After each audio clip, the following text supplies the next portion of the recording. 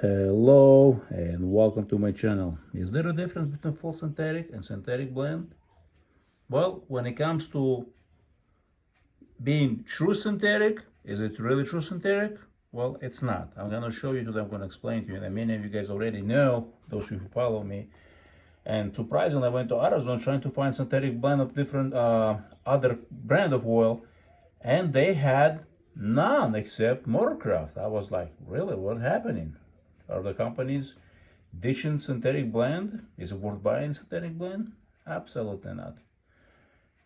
And I will show you why. Explain to you and full synthetics.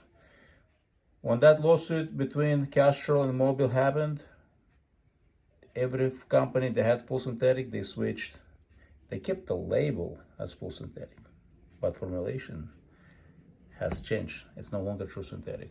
Does that make this oil bad oil? Don't worry about the brands. It's not the purpose of this video today.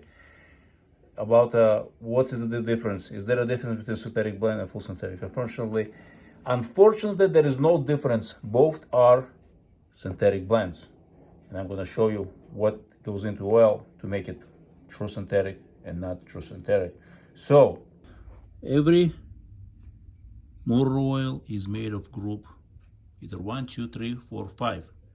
Group 1 through 3 is not synthetic base oil. 4 and 5 is synthetic base oil. When you make an oil out of group 1 or 3, it automatically qualifies you as non-synthetic, as a synthetic blend, because you can use mix or you can use just pure synthetic. So, and I'm going to show you more details. Very often I get this comment that if it's oil, it's oil. They're all the same, there is no difference. But unfortunately, there is a difference. You can have same viscosity, different brands, and have different specs. And here is a typical ingredients or components that goes into the motor oil. Dispersants, detergents, anti-wear oxidants. And look at the percentage. It can be 2 to 12%. Look at the base oil. You can have 55% of base oil, or you can have 96% of base oil and very little additives. That's why every brand, every viscosity has different numbers. Even if it's, let's say, 5w-30, and you look at every brand, they will have all different numbers. All of them. You're not going to find a one that has the same numbers. And that's the reason why. Look at something else I want to share with you guys as a bonus information. Properties of detergent types. There is even different types of detergent, properties of detergent types. There is all kind of information. There is when it comes to additives that they add in the oil, there's a different qualities. More expensive oil will have higher quality of additives. A different base oil. That's why I say in my comments all the time, quality comes with a cost. Always was, always will. Lower quality oils, lower price oils will have a lower qualities of base oil. Different lower quality detergents, lower quality additives, because cost determines how much the oil is going to cost.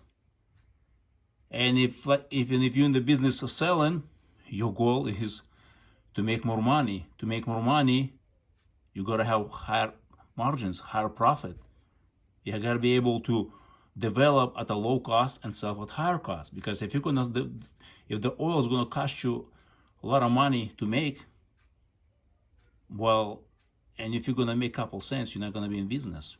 So this is the interesting information, what goes into the oil.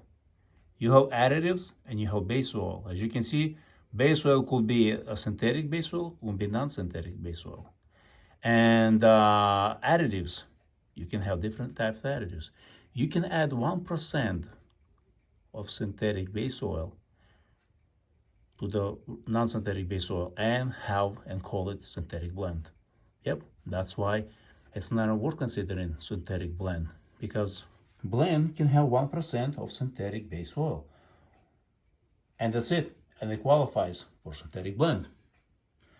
Full synthetic, same thing, because companies no longer required to use synthetic base oil in full synthetic as long as it meets the specifications.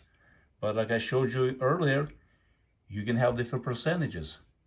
You can have different quality of additives. And this is something else that I found. Many of you guys, I found a while ago, I was able to print it out from my computer, it was saved. But look at this. Look at those companies and look what they're made of. It doesn't make this oil that is junk or garbage. It means those oils have limitations because they're not true synthetics oils. They're blends. Either group 2 or 3 blend, or group 4, 3 and 4, or blend of everything. Look at this. Blend of all 5 groups. And they all have labeled as full synthetics. Crazy, isn't it? Why do you think oils, if you run them longer than what I recommend, people end up with a lot of sludge, a lot of this carbon buildup? Well, when you have an oil mixed, pure oil mixed with oil that has impurities in it, 1 group to 3, guess what? It's gonna leave carbon buildup on inside the engine if you run it per factory recommendations. But if you run it not per factory recommendations, well, you're gonna get a lot of miles out of it. Like many of you guys seen, a 3.6 Chrysler engine with over 500,000 miles. Guy was changing oil every month using full synthetics. So, video will be in the description. So that's what it is. You know what I mean? That's what I say. That's what I'm saying. Full synthetic blends, they're all blends, unless the true synthetic gives you the best results. Only true synthetics can last longer. Everything else that you use, just change it more often, the more factory says, and you won't have to worry about problems with the engine, especially today with the modern engines. So I want to thank you for watching, and don't forget to subscribe.